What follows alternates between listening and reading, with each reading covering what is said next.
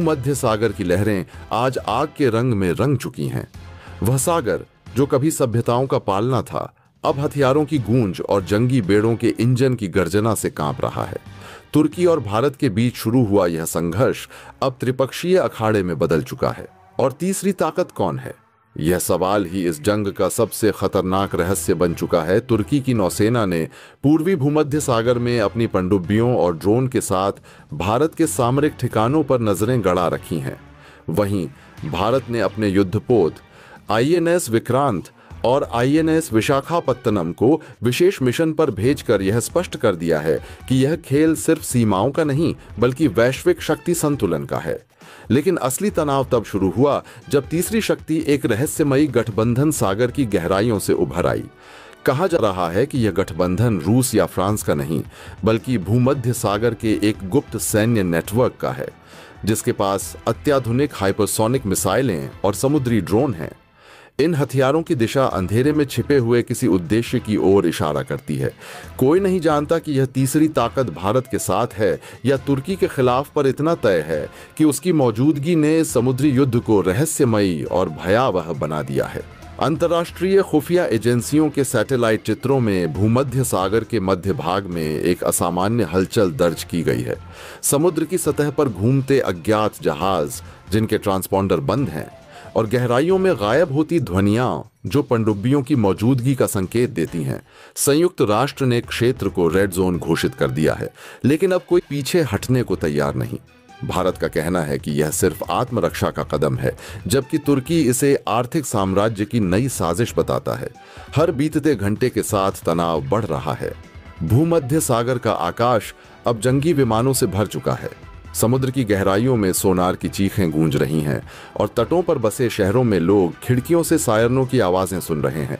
पर असली सवाल यही है, क्या यह जंग किसी छिपे हुए समझौते का हिस्सा है या कोई शक्ति दुनिया के शक्ति संतुलन को दोबारा गढ़ने निकली है? जवाब सिर्फ लहरों के नीचे है, जहां सन्नाटा भी साजिश की तरह गूंज रहा है।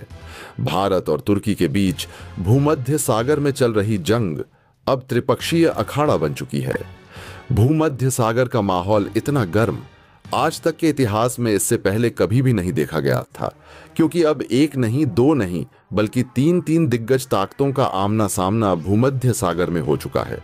एक तरफ तुर्की, जिसने अभी तक भ्रम था कि भूमध्य सागर उसका बाप दादा की जागीर है। दूसरी तरफ भारत, जिसने साफ साफ कह दिया था कि भूमध्य सागर किसी की बपौती नहीं है बल्कि यह एक इंटरनेशनल वाटर वे है और इस पर सबका उतना ही अधिकार है जितना कि तुर्की का है। लेकिन अब तीसरा पक्ष की अचानक एंट्री हो चुकी है, जिसका नाम है नाटो। जी हाँ, वो मिलिट्री शक्तिशाली संगठन जिसे दुनिया की सबसे ताकतवर मिलिट्री गठबंधन की नौसेना कहा जाता है, आखिरकार उसने भूमध्य सागर में भी एंट्री ले ली है।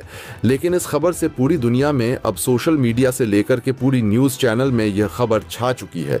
जो मामला अब तक भूमध्य सागर तक सीमित था, अब मामला वैश्विक होता हुआ दिखाई दे रहा था। दरअसल तुर्की ने बीते एक दिन पहले ही नाटो समूह में जाकर के मदद की गुहार लगाई थी। तुर्की ने कहा था कि जल्दी सेना भेजें क्योंकि भारत भूमध्य सागर में उतर चुका है और इस वक्त तुर्की खतरे में है। दरअसल आपको बता दें कि तुर्की कोई और नहीं बल्कि नाटो गठबंधन का एक समूह का सदस्य देश है और इसके समूह सदस्य देशों के साथ यह सबसे बड़ी ट्रीटी यही होती है कि अगर नाटो के किसी एक देश पर हमला होता है तो सभी देशों पर उसका हमला माना जाता है, जिसके बाद नाटो का पूरा समूह संगठन एकजुट होकर के उस देश के विरोध में सीधे उतर जाता है मैदान में। और इस वक्त भूमध्य सागर चौतरफा इसी एक ही स्थिति से घिर चुका है। हाल यह बन चुका है कि भूमध्य सागर, जो अब तक कुछ दिन पहले शांत था, वह भूमध्य सागर अब सुलभ उठा है। हाल यह बन चुका है कि चौतरफा युद्धपोत नजर आ रहे हैं। एक तरफ भारत के आईएएस विक्रांत, आईएएस त्रिकंद और इस तरह से लगभग 5 युद्धपोत भारत के भूमध्य सागर में है, तो वहीं तुर्की के 22 युद्धपोत पहले से जो भूमध्य सागर में गश्त लगा रहे थे। लेकिन अब नाटो की एंट्री ने पूरा का पूरा मामला ही पलट दिया है।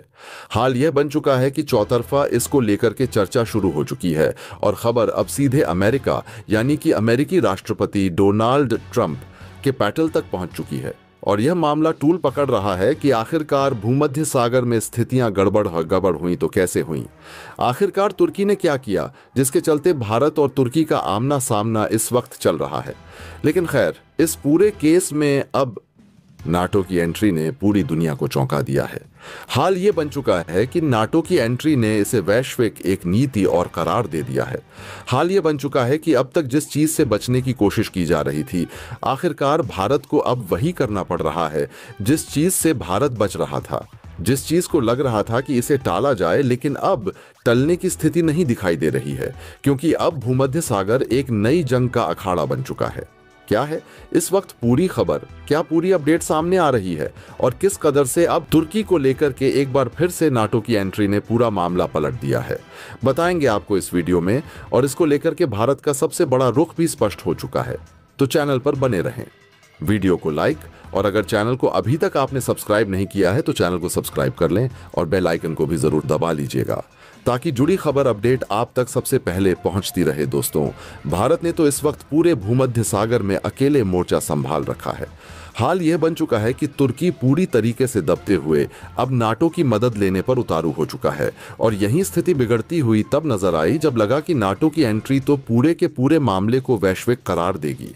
लेकिन तुर्की जिस पूरी प्लानिंग के साथ नाटो को भूमध्य सागर में बुलाया था, आखिरकार वह पूरा का पूरा प्लान तुर्की का धारा रह चुका है।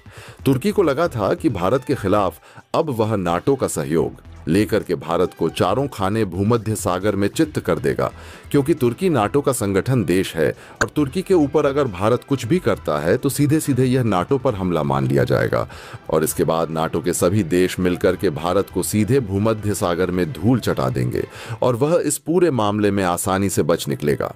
यह थी तुर्की की प्लानिंग। लेकिन असल में पूरी की पूरी प्लानिंग तब पलट गई। भूमध्य सागर की लहरें इस समय जितनी बेचैन हैं, उतनी शायद ही कभी रही हों। एक ओर भारत का नौसैनिक बेड़ा, जिसकी ताकत अब केवल हिंद महासागर तक सीमित नहीं, पूरे भूमध्य सागर में लहरें काटता हुआ इतिहास लिख रहा है, और दूसरी ओर तुर्की की वह चाल जो उसने महीनों पहले सोची थी, अब उसी के गले की फांस बन चुकी है। तुर्की ने यह अंदाजा भी नहीं लगाया था कि भारत इस स्तर पर जवाब देगा, वह भी उस समुद्री क्षेत्र में जहां अब तक भारत की कोई सक्रिय उपस्थिति नहीं थी। लेकिन भारतीय नौसेना की रणनीति अब बदल चुकी है।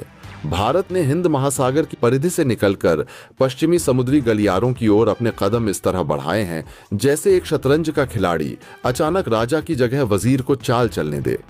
तेज, अप्रत्याशित और निर्णायक तुर्की को लगा था कि नाटो की सदस्यता उसके लिए एक सुरक्षा कवच साबित होगी। उसकी योजना बेहद चालाकी से तैयार की गई थी। उसने सोचा था कि भारत के किसी भी समुद्री कदम को वह जो नाटो पर हमला घोषित करवा देगा, जिससे अमेरिका, ब्रिटेन, फ्रांस, इटली जैसे देश अपने अपने जहाज और फ्लीट लेकर भूमध्य सागर में भारत को रोकने पहुंच जाएंगे।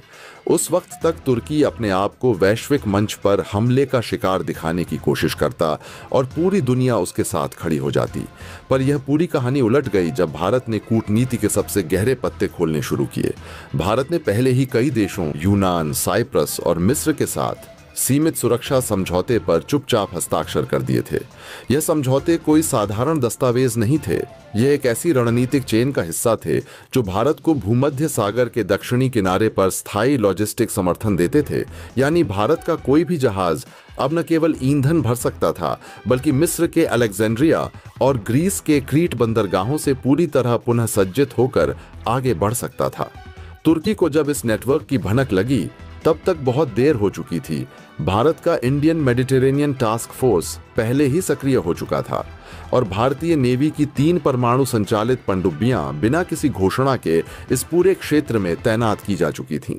तुर्की ने जब नाटो से मदद मांगी तो उम्मीद थी कि अमेरिका और ब्रिटेन तुरंत अपने एयरक्राफ्ट कैरियर भेज देंगे, लेकिन हुआ उल्टा। नाटो के भीतर मतभेद खुलकर सामने आ गए। फ्रांस, जो पहले से ही तुर्की की भूमध्य नीतियों से नाराज था, उसने साफ कह दिया कि वह तुर्की के एकतरफा युद्ध में हिस्सा नहीं लेगा। ग्रीस ने भी तुर्की पर आरोप लगाया कि उसने नाटो के नाम पर अपने निजी विवाद को वैश्विक बना दिया है। और अमेरिका, जो इस पूरे परिदृश्य को रूस और चीन के संदर्भ में देख रहा था, वह भारत के साथ सीधा टकराव नहीं चाहता था।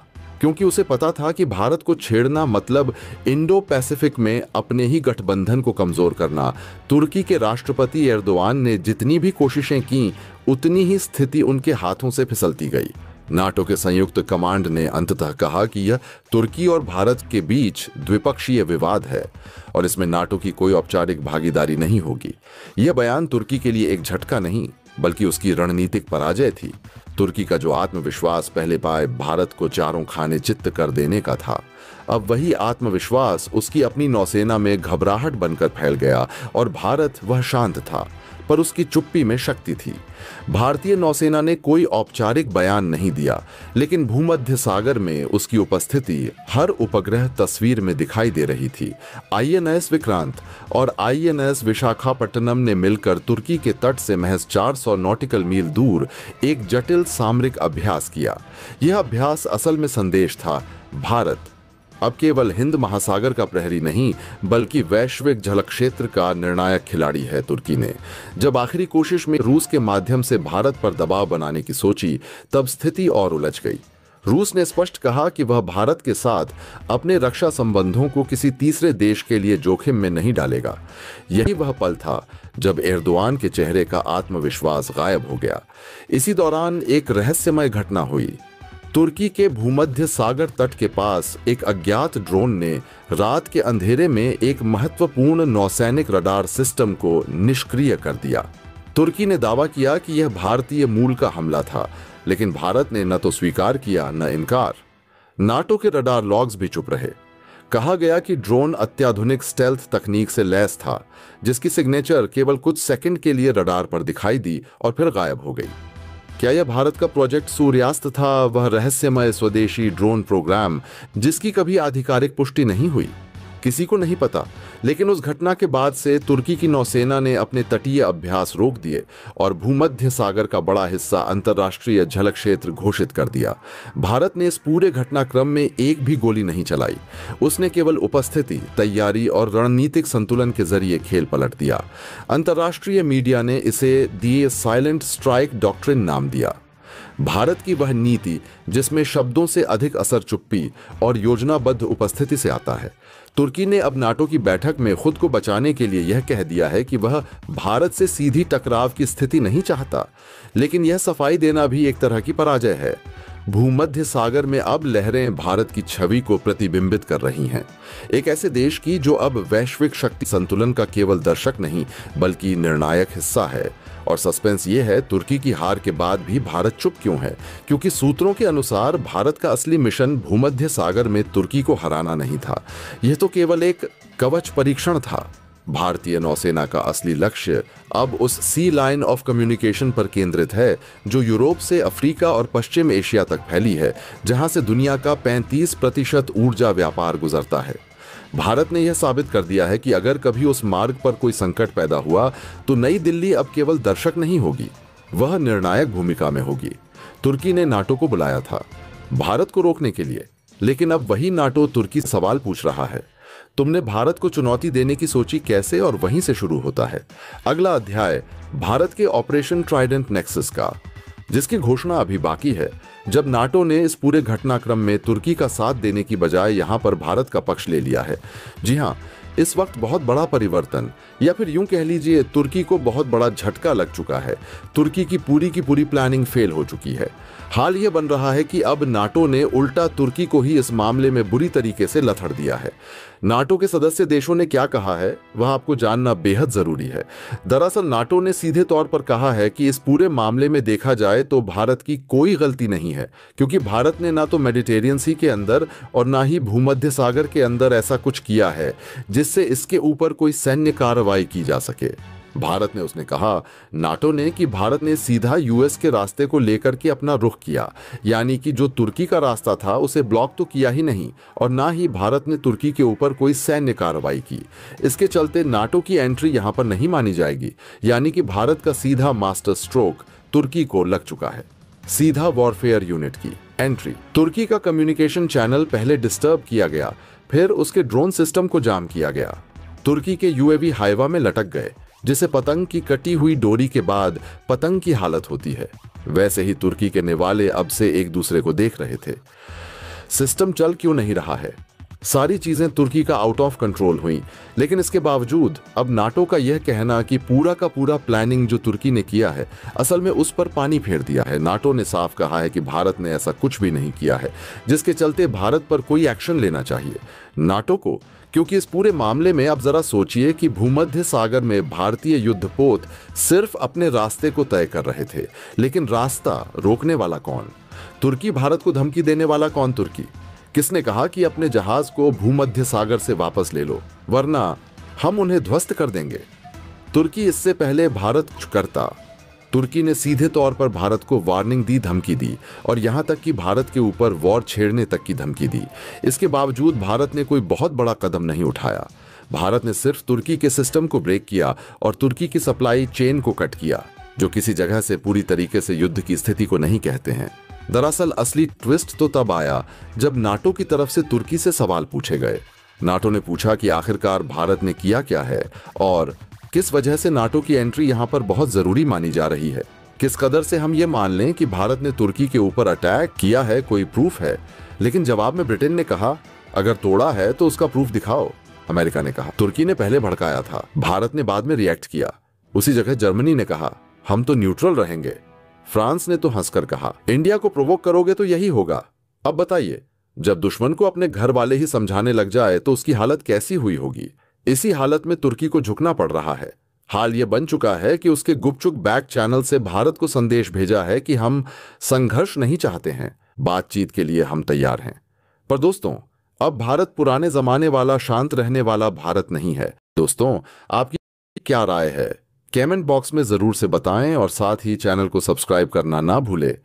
आपके एक सब्सक्राइब से हमारी काफी बड़ी मदद होती है। जय हिंद।